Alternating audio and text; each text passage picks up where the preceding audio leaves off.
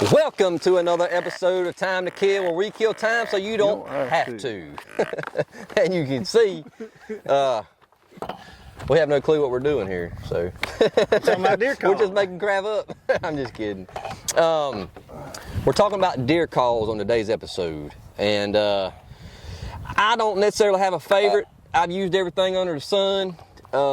This here I have a little grunt call. It's a Big Grunter 2. Yep.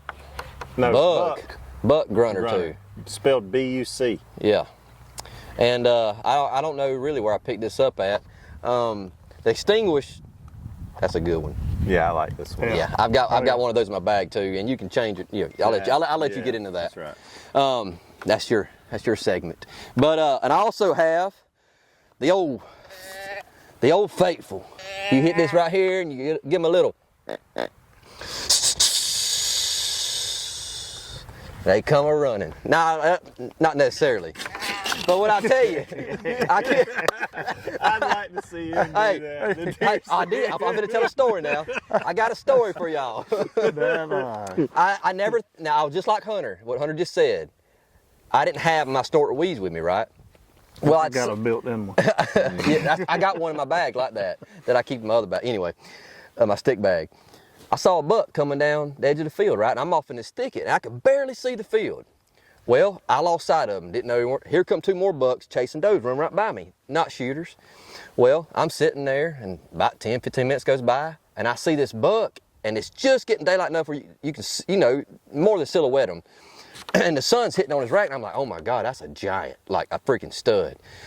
So he gets in there, and looks like he's fixing to walk right towards where them bucks came from, and I'm like, I'm scrambling. I hit him with a grunt. I done hit him with this jugger about 2 or 3 times, and he just standing there and looking.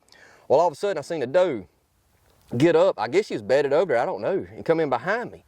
Well, he still didn't really, he kind of looked at her, and he looked like he's fixing to walk across it, and I just said, and when I did that, I kid you not, dude, he pinned his ears, and he come right underneath my tree, and I shot him. The deer scored 163. The only time it's ever worked. You did it with your mouth? With my mouth, I swear to you. It's a good thing he didn't see you. Huh? It's a good thing he didn't see you make that face. I know it. But hey, that was my face when I shot the deer. But hey, it worked. And I was like, man, this crap, blah, blah, blah. That snort weeds don't work, but it worked that time. And that's all that matters. And I have snorting weeds before. Going back to one of our last episodes, I was talking about missing a deer of a lifetime. Shot and missed him. He ran off about 80 yards. I could still see him. And he was looking around, so I snort wheezed at him. Well, he went on and kept on keeping on.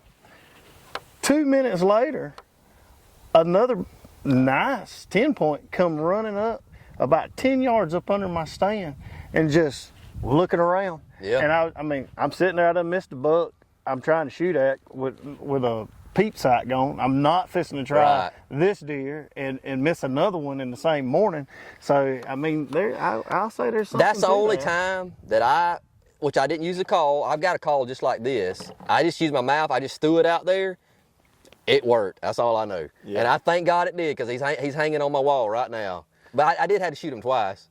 I don't know if that was me or the snort weeds. Like the deer do some pretty dumb stuff during the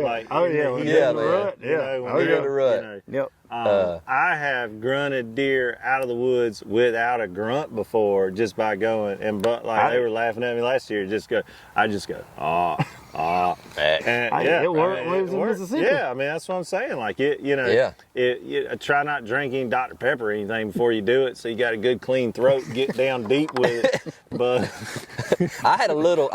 Did not sound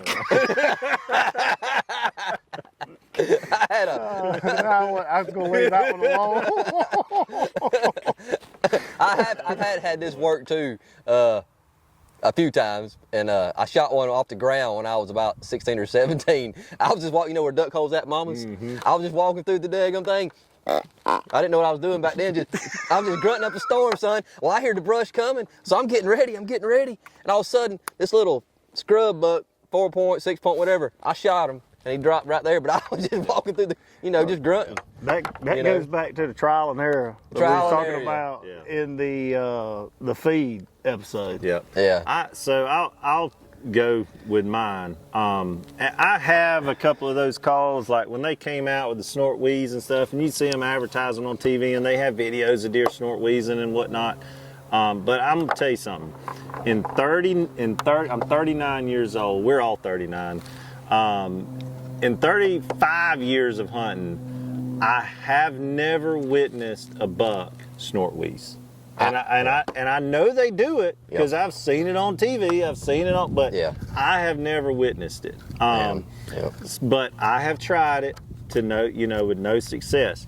But I tell you what works for me almost every daggum time up until about Thanksgiving. In Georgia, which, we get a lot of pre-rut activity in late October, and then November, we have our actual like tending, which is, to me, I'd rather hunt when they're tending than when they're chasing. Yeah, because sometimes they'll lock them down. Hands down as far as bow hunting, because you can't get them to stop. No, you can't get 'em to I'd stop. heat rather. And I'm gonna tell you something too. Mature bucks, in my opinion, it is rare to see a 4.5-year-old buck and older chasing a doe with his tongue hanging out of his mouth, just losing his mind. Yeah. That's what the young bucks do. Yeah. The older bucks know when the timing is right, and it's just They'll go pin her experience. down somewhere They'll go pin her down, and just disappear. I see those. That's how I kill those big bucks, is when they are tending, not when they're rutting. Yeah. Wait till your bucks are tending, and then go where the does want to be, and you'll kill him. Yep. That's my Oh, yeah. that's my tip. But my 3 favorite deer calls in the world are all sitting here on this table. I don't have my the can by Primos with me. It's on my Can-Am over there. But I love, this is I ain't gonna say it's my favorite deer call in the woods. Yeah. But I would rather do a doe bleat than anything. And I'll tell you why. It's a must-have, though. It's a must-have. Definitely a gotta must-have. have it. You gotta have it. Because they make that noise. It don't matter if Yeah. a buck chasing them or it's a little phone. You know what I mean? Just it is. bleating or looking for its mama. If you've got a doe bleat, it is so non-aggressive. You know what I Non-aggressive. mean? Like other deer are not. They're not scared by it. They're not challenged by it. It makes them honestly feel comfortable. You know what I mean? So, yeah. and look, when I'm deer hunting, I want to have as many does around me as possible. Yeah. But a doe bleat and a fawn sound a lot alike. So, I'm sure the deer can tell them apart. But I will doe bleat in the woods more than I do anything. As far as my grunt, I hate a grunt call that you have to pull apart and move a rubber band up and down. Yeah. It drives me crazy, and I'm gonna be honest with you, I've been busted before pulling my freaking grunt apart because I don't think there's anything on me, and I'm like, well, I'm gonna hit a doe bleat. I was grunting 3 or 4 minutes ago. I'm gonna hit a doe bleat, and I'll be pulling my thing apart and trying to move the rubber band up to the notch, putting it back together, and all of a sudden the deer blows. Right. So this is an extinguisher. And I love it because it's got a slide control on it that goes from a buck all the way up to a fawn and an estrus bleat. So I really like this call, but my favorite deer call in the woods is right here in front of us. That's what I was fixing to say. That's my favorite right there. These are all sets that I put together. I had an old guy tell me this little trick one time, and I can't even remember who it was. And I'll be honest with you, when he told me, I thought he was lying. I thought like my uncle at the time I told tie a me. string on mine, Yeah, put it I on the do too. ground. So if you want to kill a deer, a big buck from a deer stand, this is what you do. You take a set of rattling horns, tie them together with a somewhat stiff rope. Yeah. And then you take some baling twine or some paracord and tie it in the middle right here, and you leave these on the ground, Yep. and you hold the string up on your deer stand. And when you want to rattle, you just start bouncing them. And it does two things. It sounds realistic because have you ever heard a deer fight in the woods and absolutely no leaves or Right. twigs or sticks being broke? No. Yep. When they're fighting, when they're sparring, they're like two little mini bulldozers down there. I mean, it sounds like Yep. total chaos.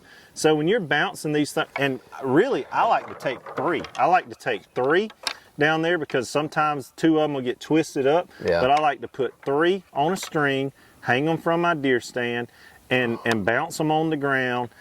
And so it sounds more realistic. And the second best thing, and this is huge, it keeps you from getting busted. Yeah, I You're noticed too when they come in there, they're not looking up. They're looking down. where the sound's That's right. at. You know, you can get Oh, yeah. 20 foot up a pine tree down in a creek bottom somewhere, and you can keep their attention from looking up at you. Yeah.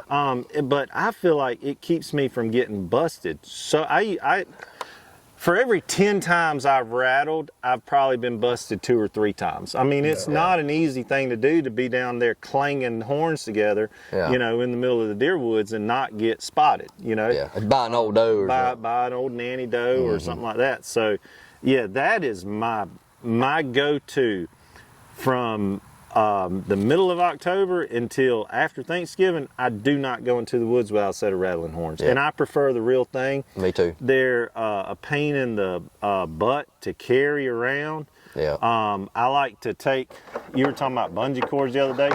What I like to do, like these two right here, I mean, what I like to do is the string that I'm going to dangle them from the tree with, I'll take them and I'll just wrap it and try to get them tight. Yeah. And then I'll, you know, hang it over my neck or something. It is a pain in the butt to carry around a set of real rattling horns, but man, it's worth it. Yeah. Yeah. What you got? What's your favorite? I don't particularly have a favorite. I just got a bunch of it all, and You got a And- sequence? How you I run? don't really got a sequence. I just I'll hit the little doe bleed at times. This one's sick. I got to get a new one. On his last leg. And going back with Hunter's talking about with the rubber band and the grunt call, I ain't sure what this one is. Looks like the guys from Missouri. I got that Sportsman box. I subscribe to it, and they send me all kind of stuff every Right. monthly, and I get it. But it's just one of the grunt calls that came in, and I had it in my bag. But there's a bone collector one I Yeah, got that's that I what I was like, and it's got where you talking about the rubber bands. It's got where you can just take your thumb if you want to sound like a hold doe it. bleed, Yeah. or if you want to do a grunt and all that. Right. So I would say that's probably my favorite grunt call. And then I just hit them with a few. Yeah. Yeah. You know, but to each their own. Everybody's got their little things that they like to do. Everything that y'all talked about, that's basically, I think, Right. You hang yours from the tree too? I hang mine from the Yeah, tree too. me Mine too. is actually on a tree that I hunted yesterday morning. I just left them up there. All right. So, are we going to cover deer scents in a different episode? Probably, yeah, I'd probably say so. Deer so. scents Yes. next. Yeah, Okay. I'd probably say deer so. sense. And I give you a little thing. I got pulled over by the game warden and coming across from Kentucky to Tennessee one time, and I had these strapped to my bag, and I don't have mine painted. It just was strapped on my climber in the back of the truck. So I get past and I pull in this gas station. I'm on the phone, and 3 game wardens surround me. And I said, let me call you back. So I hung up, got a try. I said, can I help y'all, And he's like, I think you were talking to me when that I happened. can't even remember, dude. And they was like, well, we need to see that deer in the back of your truck. And I was puzzled, And I was sitting there. I said, buddy, if there's a deer in the back of my truck, he jumped in the back of my truck, And that lady, there's a lady officer. She went over in the back of my truck. And she was looking, and she started dying, laughing. And he went over and looked. And I had the rattling horn strapped to my climber is what he saw. He saw horns. Hey, I tell you what, me and Bubba damn near had a deer jump in the back of our truck. It was the You craziest talking thing. about when we was going to Jump Louisiana? over the boat. Yeah, to Louisiana. Oh God. Going to We was going to Lake Catahoula, I think. Yeah, we were Yes. going to Lake Catahoula. We're going to tell some stories about that in some other episodes. But I kid you not, we were going 60 miles an hour pulling my daddy's boat. It's a little G3. Right. And this buck came out of the woods but at a full sprint. And when he got to the when it got to the yellow line, that son of a gun jumped over that daggum boat I, and landed on the other side. if he didn't, I thought for sure he's supposed to take the daggum motor off of it. Like, because we didn't know whether to speed up or slow down. And then he just jumped, and we missed him. That's crazy, It man. was crazy. Yeah. But we'll talk deer sense on the next one because I got something I want to talk about. And there's no trick of the trade. It's just all about what you like. I mean, any kind of, as long, if I can suggest anything, just look around you, and make sure there's no, that you can see a deer, unless he's chasing a doe and you're trying to get his attention. But like if you're just cold calling, what I call it. Oh, so that's and just make sure there's nothing around, because I have done this where I didn't think anything was in the area, and I called and I done this, and she just blows out there, and she was standing 20 yards from me. That's part Trial, of it. You gotta watch around. Trial and error, and learn from your mistakes. Yeah. Don't keep doing Right. the same thing over and over. And what Hunter was talking, expecting right. different results. Well, Hunter was talking about, he's hadn't heard a snort weasel. I've been blessed to hear a few deer do that. I've only heard And it once. it's something to see. Like, once you ever see it and hear it, it's I don't know. To me, you might hear it more in the Midwest and up north. I don't know. I don't hunt the Midwest a lot. I know I hunt Georgia and Tennessee, Kentucky. It's very rare, but you hear it sometimes. But I'm sure they do it more than what what you hear. But in my opinion, every time you sit in the woods and you watch and you get a bunch of deer on you and you kind of learn their body language and their characteristics, you learn how to use the calls a little better and better and better.